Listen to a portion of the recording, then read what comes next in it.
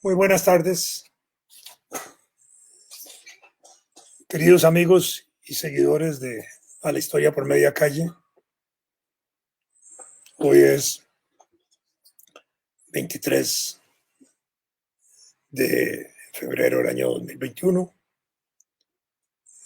Me he atrasado unos minutos, en parte por culpa mía, en parte porque estaba con otro compromiso similar de una conversación que tenía con un grupo de señoras.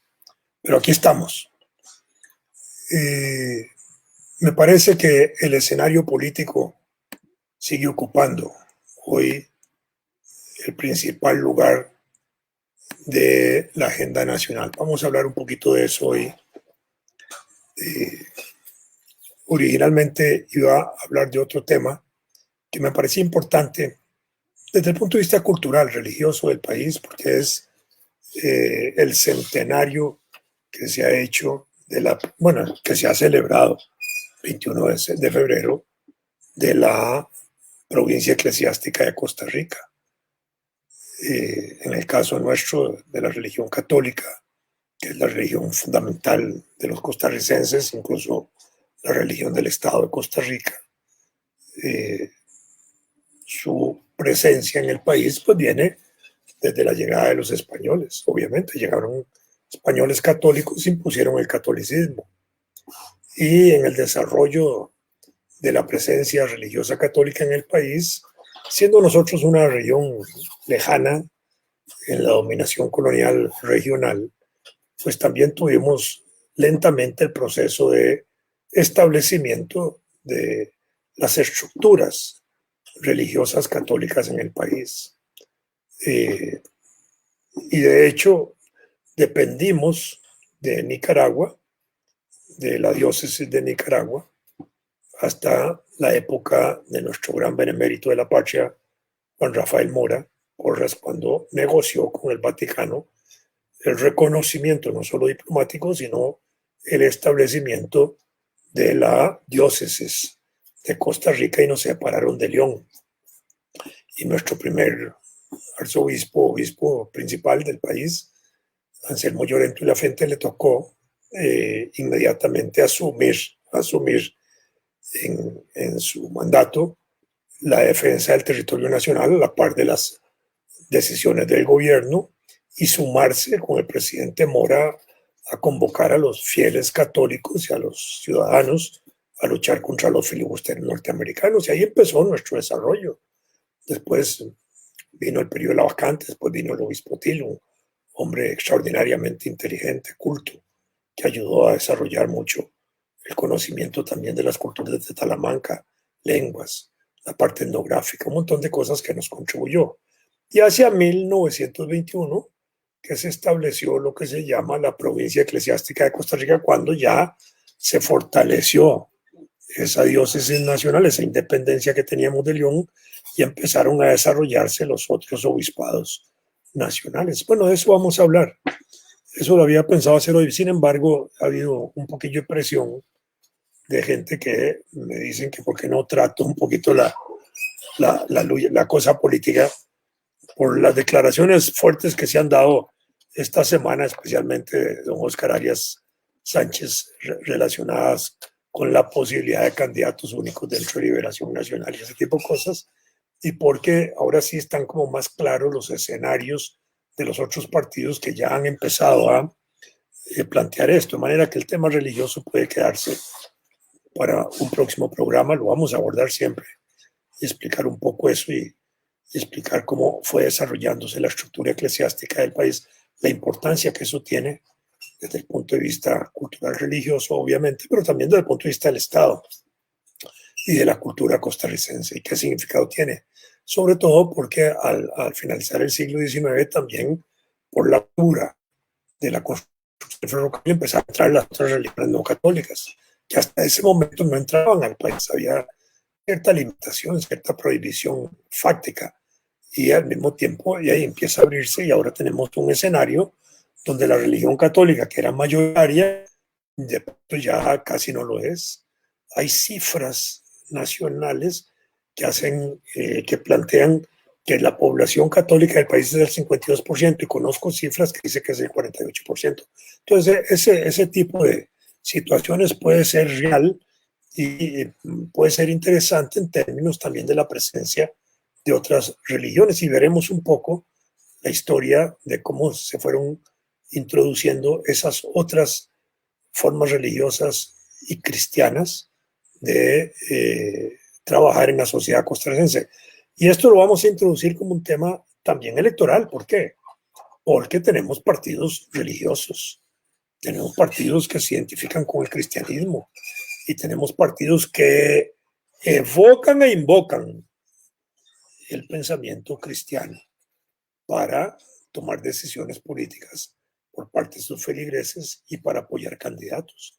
Y tenemos más de 4.000 establecimientos religiosos no católicos en el país. Entonces, eso no deja de ser un tema importante. Y sobre todo, porque desde el punto de vista electoral, están colocando a uno de esos candidatos cristianos, Fabricio Alvarado, como uno de los personajes en disputa ya de la presidencia de la República con otro candidato político, ese sí, no religioso, que es José María Figueres. Por eso es que se ha provocado, digamos, un montón de inquietudes alrededor de las cuales me las han hecho llegar para que aborde yo un poco esta situación y que trate de explicar cómo la veo yo en este momento hoy.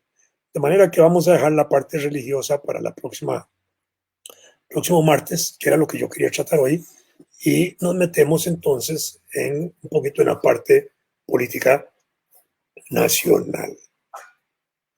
Pues bien, tenemos como postrecito político el hecho de que se le ha dado publicidad a un encuentro que hubo entre don Óscar Arias Sánchez, Laura Chinchilla y José María Figueres.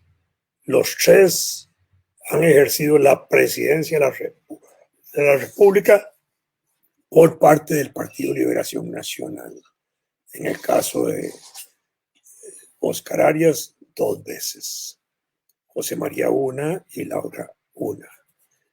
Y la prensa a esa nota le ha dado una importancia tal que han colocado a esos 3 personajes como las puntas del iceberg de Liberación Nacional, como los elementos que sin lugar a dudas son aquellos que ejercen el mayor poder político de decisión interna en Liberación Nacional. De manera que si ellos 3 se ponían de acuerdo en un candidato de consenso, prácticamente ese era el candidato de Liberación Nacional y ese opacaba cualquier convocatoria de convención interna, aunque hubiera otros candidatos aspirando a la presidencia. Esto por sí mismo ya era un dilema no fácil de resolver. ¿Por qué? Porque Liberación ha convocado a su proceso convencional, es decir, de hacer una convención para decidir quién es el candidato presidencial. Y hay una lista de candidatos. De manera que aunque los 3 expresidentes se pongan de acuerdo, si los otros que han sido candidatos, algunos de ellos presidenciales, como Rolando Araya o Antonio Álvarez de Santi, o los actuales diputados que están pulseándola, Roberto Thompson y Carlos Ricardo Benavides, o como Rolando González, que fue diputado, o Fernando Zamora, que fue secretario general, o Claudio Alpizar, que es uno de los hombres que han estado ahí luchándola también, o Guillermo Constenla, se mantienen en la tesis de participar, siempre tendría que forzarse un proceso de convención, de elección interna. Por supuesto que si los 3 presidentes están con un candidato, es casi difícil pensar que alguien los pueda derrotar, pero pueden ser derrotables. ¿Por qué? Óscar Arias ya lo demostró en 1985, cuando tuvo en contra a don Pepe Figueres, a Daniel Oduber, a Luis Alberto Monge y a otros líderes no tan importantes como ellos del partido que no estaban de acuerdo con su candidatura. Y fue cuando Óscar Arias se lanzó por la libre y dijo, sin muletas, sin ayuda, yo voy. Y fue y ganó. Le ganó internamente y ganó la presidencia. Por supuesto que en un tema muy sensible en aquella época, en una situación muy difícil en la región, en Centroamérica y en Costa Rica, donde la inminencia de una guerra centroamericana estaba a la vista. Los Estados Unidos tenían bases militares aquí en Costa Rica, querían continuar con ellas, querían comprometer al nuevo presidente, fuera Óscar Arias o Rafael Ángel, que fue el que se le enfrentó en ese proyecto. El embajador Windsor, creo que era en ese momento, embajador gringo, se reunió con los candidatos a negociar el establecimiento, el mantenimiento de las bases. Óscar dijo, no, salen de aquí el 8 de mayo, cuando yo gane la presidencia. Esto siendo el candidato.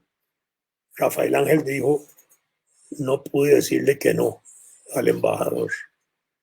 Y se mantenían en perspectiva las bases de agresión a Nicaragua que habían desde el territorio costarricense. Finalmente se impuso Óscar y el 8 de mayo de 1986 no había un solo gringo en el territorio nacional en aspectos militares operando desde Costa Rica hacia Nicaragua.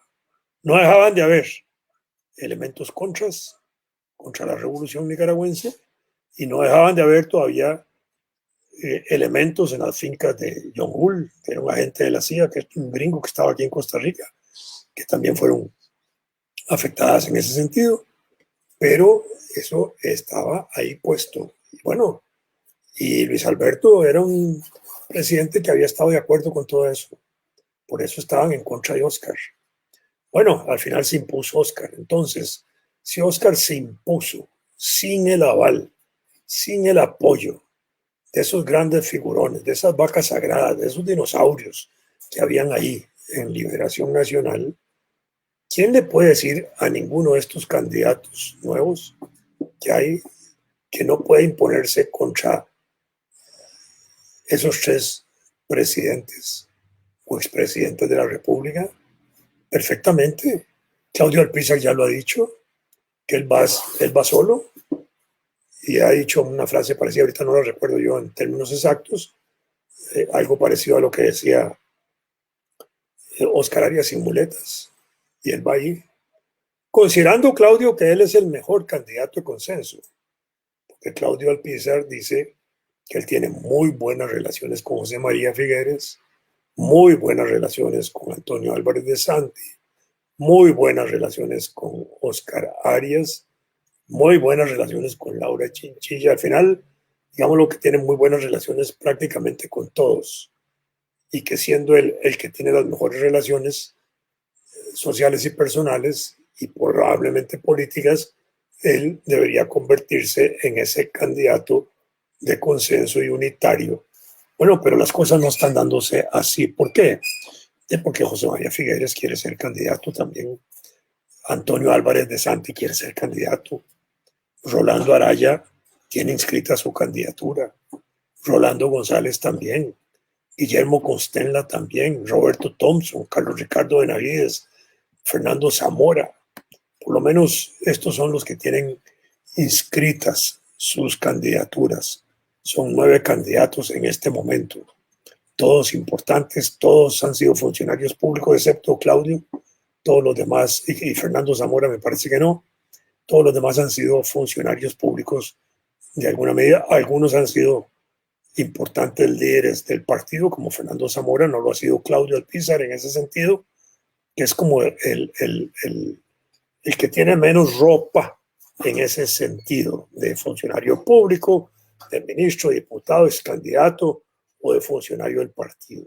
Pero tiene la fuerza de su nombre, las raíces de su nombre, y tiene la presencia en programas de comunicación social, en medios de radio y en medios de televisión, que le producen un impacto en una parte de la población que es importante porque es una parte pensadora, gestora de opinión, que seguramente se identifica también con Claudio, siguiéndolo en sus programas. Y tiene una revista también de sesiones que le permite también proyectar desde ese ámbito posiciones y convocar alrededor de la revista a personas que escriben en esa revista. De manera que es un elemento organizador, aglutinador, ¿verdad? Rolando Araya y Rolando González tienen programas de radio, ellos dos aparte, ¿verdad? Rolando González atendiendo más aspectos de la política inmediata y cotidiana y participando en ese medio de comunicación hasta con otros dirigentes políticos, sabiendo que él los enfrenta, que los critica o que los va a enfrentar. Rolando Araya más bien concentrado en otros temas que no son políticos, ¿verdad? Casi del cielo y del fondo de la tierra, casi esotéricos y otras cosas, pero no aborda los temas políticos en una situación donde él es candidato presidencial que me parece a mí ya debería estar orientando parte del esfuerzo que él hace radial a atender los temas políticos con su misma audiencia, pero en todo caso son las situaciones particulares. Entonces volvamos otra vez al punto de partida, la reunión. Oscar Arias, José María Figueres y Laura Chinchilla. Los tres, de paso, también tienen delegado personal en el comité político del partido. Son figuras activas dentro del partido. Y han dicho incluso que el presidente Oscar Arias asistirá a una reunión próxima a hacer planteamientos directos al partido para que se entienda mejor su visión política. En el caso de la reunión, me imagino, porque eso no ha trascendido de esa forma, José María planteó, obviamente, la necesidad de que él fuera el candidato unitario. Obviamente lo rechazaron Oscar Arias y Laura. Y de ahí la frase de Oscar que repercutió a los periódicos con entrevista que le han hecho, señalando de que si José María se lanza, no tiene los votos para ganar. Pero ¿quién tiene los votos para ganar en este momento? Nadie. Los procesos electorales desde el año 2002 para acá, excepto el de Oscar Arias y el de Laura Chinchilla, que pasaron del 40% en la primera ronda, los demás, el de Abel Pacheco, el de Johnny Araya y Luis Guillermo Solís, y el de Carlos Alvarado y Fabricio, ninguno llegó al 40% en la primera ronda. Y esa circunstancia de no sacarlos el 40% en la primera ronda en dos procesos electorales seguidos y muy cercano al primero de Abel Pacheco, da la pauta de que el próximo proceso electoral no se resuelva en primera ronda. Da la pauta, marca, nada más señala. No quiere decir que no pueda resolverse, porque eso va a depender del candidato y la temática que se aborde como tema fundamental de la campaña electoral. Por ahora partamos entonces de que no habiendo primera ronda ganador, a ninguno le alcanzan votos. Pero Liberación Nacional tiene los votos suficientes en este momento para jugar finalista. Tiene en las encuestas más de un 18% de votos a favor suyo. Ningún otro partido tiene ese apoyo como partido. De manera que allí Liberación ya tiene un insumo a su favor. Es el partido que tiene hoy más diputados, 18, y es el que tiene más reconocimiento público como partido. Y en ese sentido lleva la ventaja de estar punteando a ser finalista en la posibilidad de ir a una segunda ronda. No se tienen los votos para ganar en la primera. Pueden no tenerse, pero pueden tenerse los votos para puntear a ir a la segunda ronda. Ya el escenario de una segunda ronda es más complejo, dependiendo quién vaya también, pero hasta ahí esa parte. Se ha dicho por rumores que en esa reunión en la que la candidatura de José María Figueres fue en cierta manera rechazada por Óscar Arias y por Laura Chinchilla como un candidato de consenso, se ha dicho que José María Figueres le dijo a don Óscar que si don Óscar era el candidato, él, José María, lo apoyaba. Oigan, esa es una fuerte decisión, es una fuerte opinión. Hábil, diplomática, inteligente y políticamente válida. Porque le dijo, bueno, entre nosotros tres, fue lo que quiso decir José María, está el mejor posible candidato de Liberación para la próxima campaña. Ese fue lo que uno podría desprender de ese planteamiento. Si usted, don Óscar, no quiere ser el candidato, entonces soy yo. ¿Verdad? Óscar obviamente rechazó la candidatura de José María, rechazó la de él. Ya él había renunciado a esa posibilidad en la campaña anterior, donde pudo haber sido candidato y pudo haber ganado nuevamente, visto en perspectiva de hoy, me parece. Pero en todo caso, esa es la situación particular.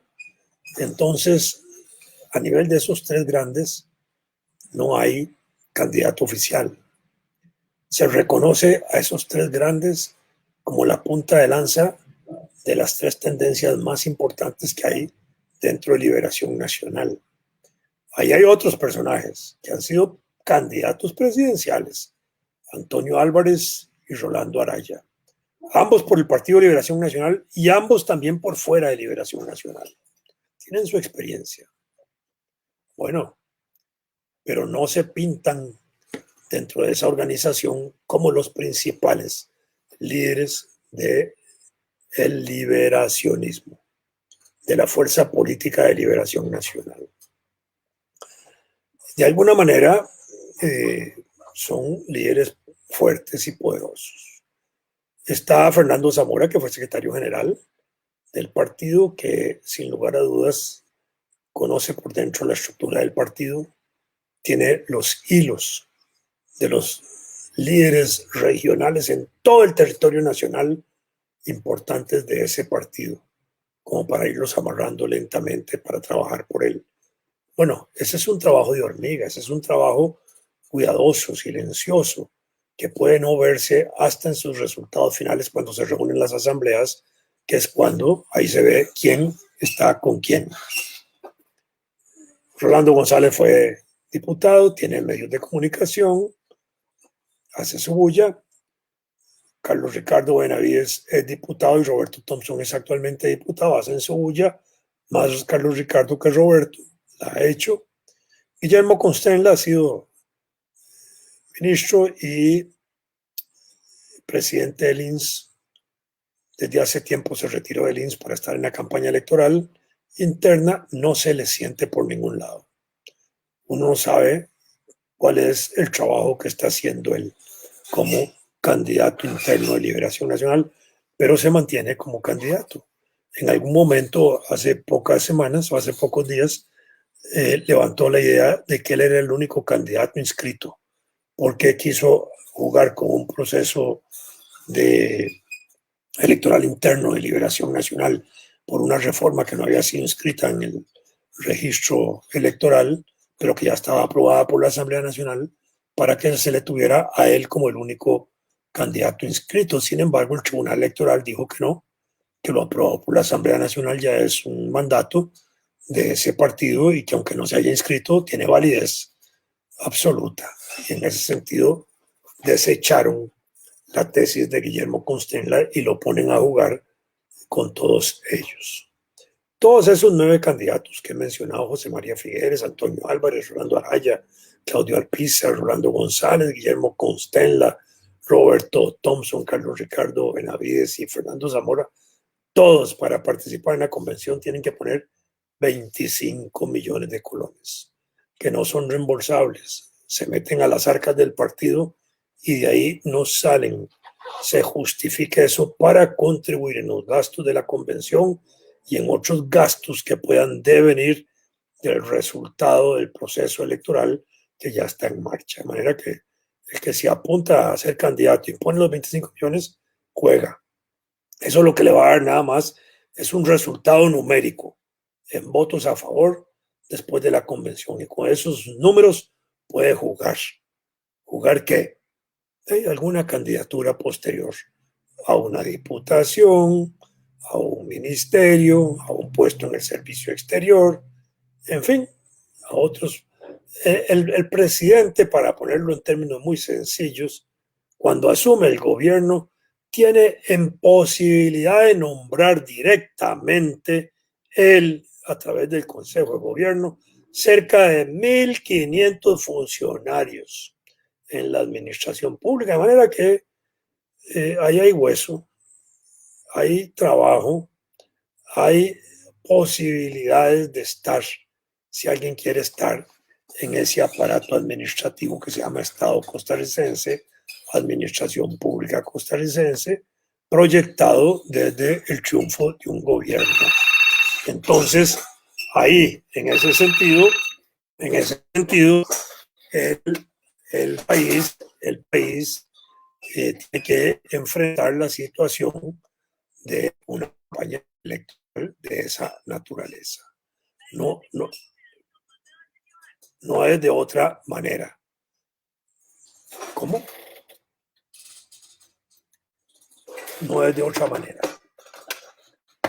Entonces, el punto está en que 10 candidatos o 9 candidatos en este momento le han puesto calor al Partido Liberación Nacional.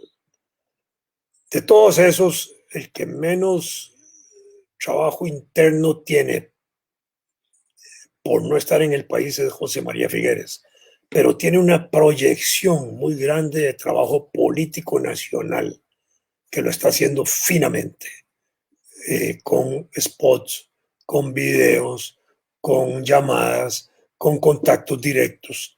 Incluso a sus filas al lado sectores, personajes importantes que han pertenecido a las otras corrientes, al arismo, al grupo de Laura y a los otros grupos políticos que están allí.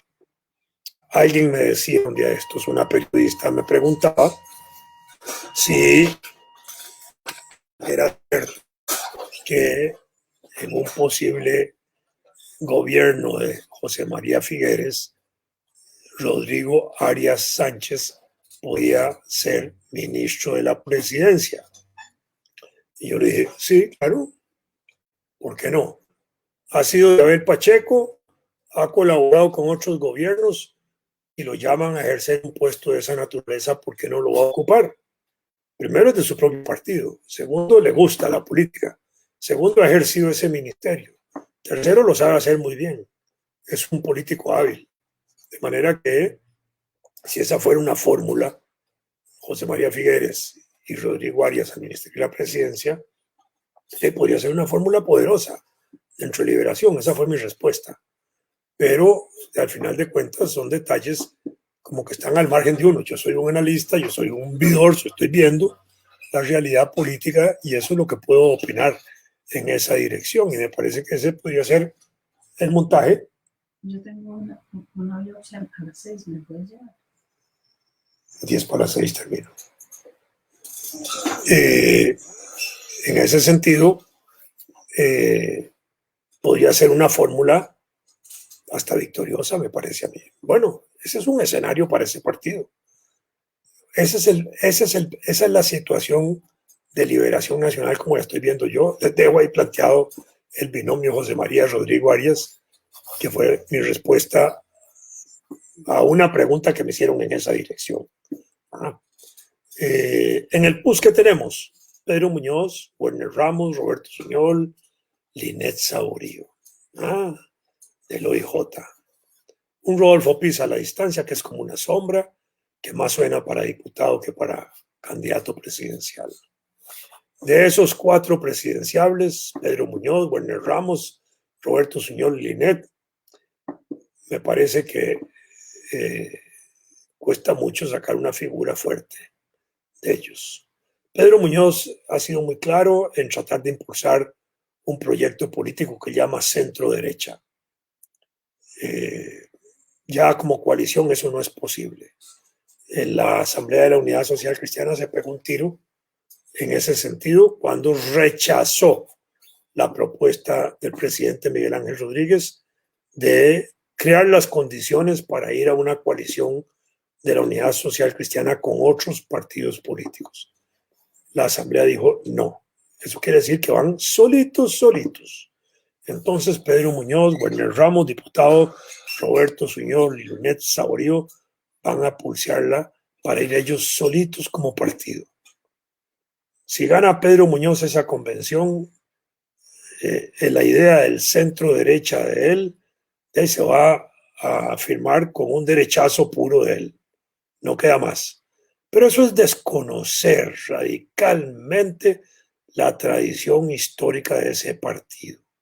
En la década del 40, el calderonismo de Calderón Guardia se alió al Partido Comunista de Costa Rica en 1943, en junio, para aprobar las reformas sociales y el Código de Trabajo. Parte de esa alianza, el Partido Comunista cambió el nombre de Vanguardia Popular, reconoció la influencia social cristiana en la reforma social y otras cosas. Más allá, finales de 1943, frente a la elección de 1944, Calderón Guardia y el Partido Republicano se fusionaron en una coalición, se unieron en una coalición con los comunistas que habían cambiado de nombre a Vanguardia Popular, como se siguen llamando, y crearon el bloque de la victoria que le dio el triunfo a un gran presidente, Teodoro Pigado, uno de los hombres más cultos que ha tenido el país como presidente. Bueno, desconocer eso en la historia del Partido Social Cristiano y tratar de avanzar a posiciones de derecha, eso es pegarle un tiro a ese partido. Eso es pegarle un tiro al corazón de ese partido, es pegarle un tiro a la reforma social, a las garantías sociales, al Estado social de derecho que se construyó gracias, entre otras cosas, a esa coalición electoral de 43 y a esa alianza electoral que se hizo para que ubicaba la presidencia de la República. Pero eso lo que nos indica es que Pedro Muñoz es un ignorante, que no conoce nada de historia, patria, ni siquiera de su partido, ni del calderonismo, aunque de alguna manera pudiera llamarse calderonista. No sé si se llamará calderonista. Werner Ramos, muchacho joven, capaz, inteligente, me parece que todavía es muy pollito, pero no deja de ser peleón. Me dicen que trabaja muy bien las bases de la Unidad Social Cristiana, que viene trabajando muy finamente todo el aparataje de delegados y que en asambleas perfectamente podría tener dominio importante. Roberto Suñol me parece un muchacho inteligente, sin embargo, me parece muy orientado en la misma tesis de Pedro Muñoz hacia la derecha, cuando su propio padre fue diputado de fuerzas de izquierda en el Partido Acción Democrática Popular, que encabezó la presidencia de la República Enrique Obregón Valverde, y llevaba a la vicepresidencia a Luisa González y al otro vicepresidente a Vicente Sáenz, hombres importantísimos y mujeres muy destacadas en las luchas sociales y políticas. Y Julio Suñol, que salió electo diputado, no era comunista, era un hombre democrático, amplio, de izquierda en el buen sentido de la palabra. Le tocó jugar en una época compleja y difícil como fue la época de la Revolución Cubana recién triunfada. Le tocó defender la Revolución Cubana. Publicó un librito que se llama Cuba, una revolución alegre. Cuando vino Kennedy y se hizo la conferencia de cancilleres y de presidentes de América Central, publicó una crítica fuerte en un librito que se llamó El Gran Carnaval. ¿ah? Combatió la presencia de las bases cubanas contrarrevolucionarias que facilitaba liberación nacional en aquella época en el territorio nacional, ahí en el Caribe, para atacar desde aquí a Cuba. Bueno, jugó su papel, Julio Suñol, un papel muy democrático, muy importante, muy lúcido, un hombre extraordinariamente inteligente. Bueno, Roberto parece que no conoce la historia de su padre y entonces se ubica en un escenario eh, más a la derecha que su padre, obviamente, compitiendo con Pedro Muñoz en ese sentido. Linet Saborío la oí en una entrevista, ni chicha ni limonada, para decirlo en lenguaje costarricense. No se ubicó en nada, nada más en señalar que ella podía ser candidata, que ella había sido vicepresidenta de Abel Pacheco y que continuaría parte de la obra que ella desarrolló y destacó algunas de las obras importantes que se hicieron en aquel gobierno. Bueno, pero en este momento está introducida como una candidata dentro de ese grupo sin que se le sienta organización, sin que se le sienta apoyo de otros líderes, ni mucho menos. Está el PAC con 4 candidatos en este momento, o 3 candidatos realmente. Marta Zamora, que fue secretaria general y diputada, Carolina Hidalgo, que fue la actual diputada y presidenta del Congreso en la primera legislatura de este gobierno, Hernán Solano, ministro de Deportes, que como ministro no tiene el espacio ni la proyección pública necesaria en ese campo como para alcanzar una imagen presidencial, me parece que le hace falta. No sé cómo él renunció al Ministerio de Deportes para asumir una candidatura presidencial pensando que por haber sido un ministro de Deportes podía perfectamente abanderar al partido como el gran candidato. En política todo puede suceder, pero me parece que ahí no están sonando las campanas. Dos externos en ese partido, pero de ese partido, Ana Elena Chacón y Román Macaya siguen sonando. Ana Elena, la actual embajadora en España, y que fue vicepresidenta, y Román Macaya, el actual director de la Caja. Ninguno de los dos puede decir que son candidatos y que están luchándola por serlo. ¿Por qué? Porque están en una embajada y están en la dirección de la Caja. Todavía tienen tiempo para pensarlo, todavía tienen tiempo para renunciar y asumir esa responsabilidad si la hacen. Bueno, ahí está esa situación particular con esos candidatos. 3 oficialmente ya lanzados, 2 que son puros rumores. En el Frente Amplio, ¿qué tenemos? 5 candidatos son los que se mencionan. Rocío Alfaro, que es una activista importante de ese partido. Sofía Guillén, economista y activista importante de ese partido, que ha tenido mucha relevancia en los últimos meses a propósito de la discusión del plan fiscal y todo eso. Le han dado pelota a los medios, la toman en cuenta, sabe defenderse, argumenta.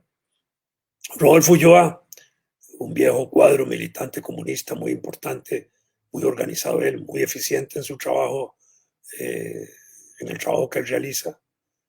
Fue secretario general de ese partido. Oficialmente era el candidato natural a ser diputado en lugar de José María Villalta.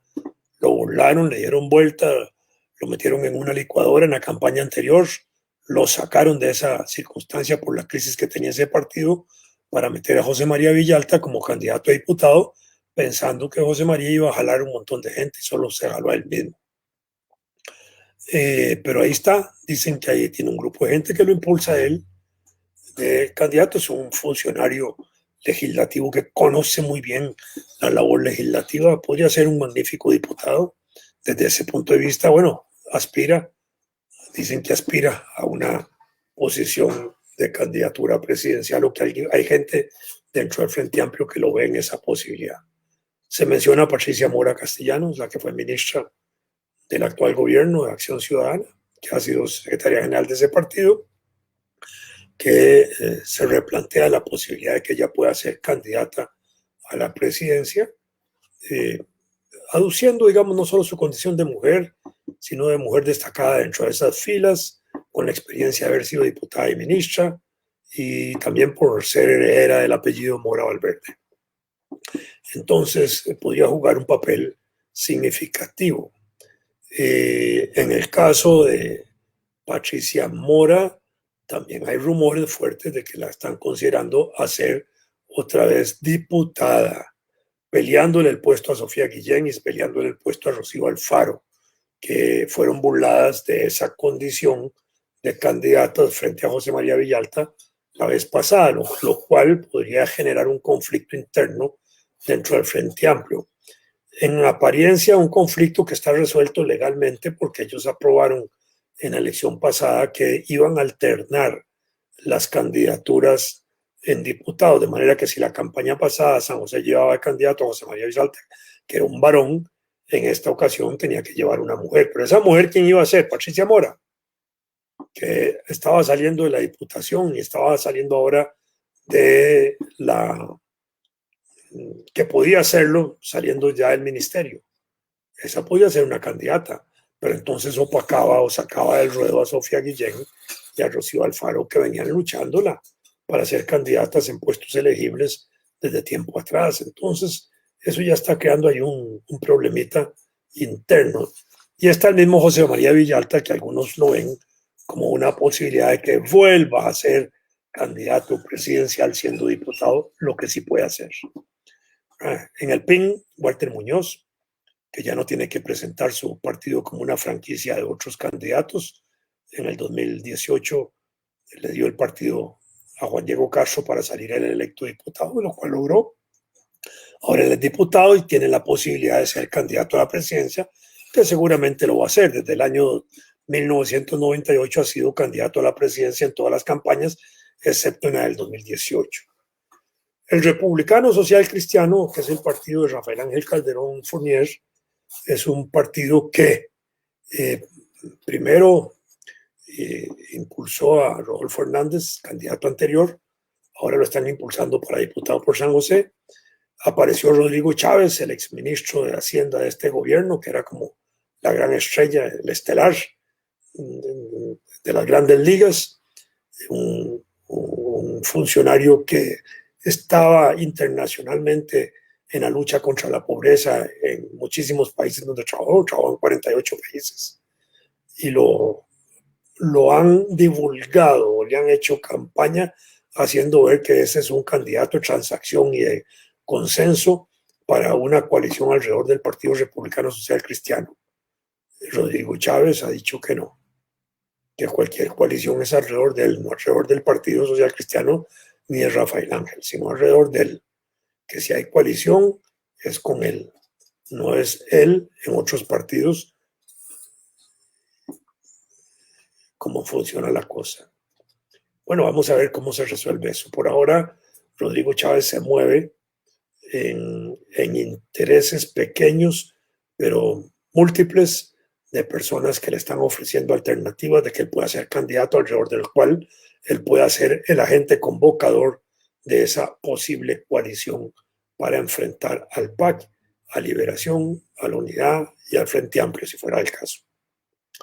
Están los cristianos de Nueva República, Fabricio Alvarado y Avendaño, peleados entre ellos.